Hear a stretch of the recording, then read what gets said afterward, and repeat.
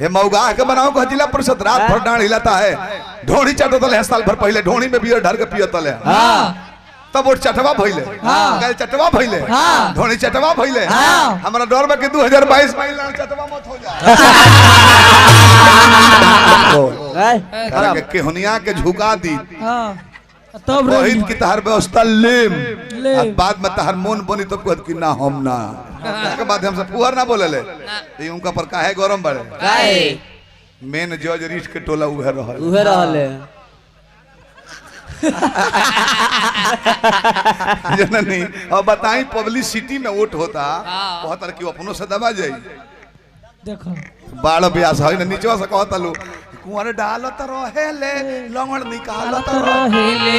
ए भाई हमारा गुड़ नहीं खे ठेहू नहीं खे तो हम केंगा डालो तू ही अपने हाथ धोकर डाल दलो जब हो जाला तो निकाल ली ले। मैं गलती कहां से भिख मांगा तो सब है, भिख मांगा के नहीं के हम तो छोट भिख मांगा बनी जाए। स्टैंडर्ड भिख मांगा के हो इलेक्शनवा में ना देखनी हो हेलीकॉप्टर से भिख मांगा लो उतरता लो तन ध्यान देव सारा बंदी कइले बनी हम नीतीश के पार्टी का है।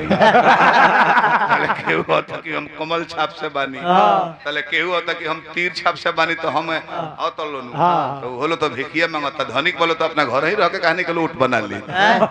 सभे मांगेला अंतर ही है बा कि धनवान मंदिर में जाकर भगवान से मांगते हैं और गरीब मंदिर से भीतर नहीं मंदिर के बाहर भगवान से नहीं धनवान से मांगते हैं। मांगे के सबका बाई जाके बाना दाता एक राम भिखारी सारी दुनिया। भिखारी कैसे बड़ो कैसे नहीं खो बुझो सब धन भरल बा। अच्छा बालू बच्चा डॉक्टर इंजीनियर हो गइले तले हार्ट फेल हो जाए का है लड़की कीड़ा वाला के संगे भागी दू गो चीज देखनी है बिहार में काका एगो भक्ति एगो अशक्ति। भक्ति में राम जी कहीं लोग कन्हैया जी शंकर जी आ तबो सभे भक्ति करता नु एक माने की श्रद्धा भाव से खोजब तो हरि जी भेटा जाई उहे दशा नीतीश कुमार शराब के को दले कहीं कोनो दुकान में लौकत नहीं खे लेकिन श्रद्धा भाव से जो है खोजबो 15 मिनट में माल हाजिर हो डिलीवरी घरे घरे गलती ना।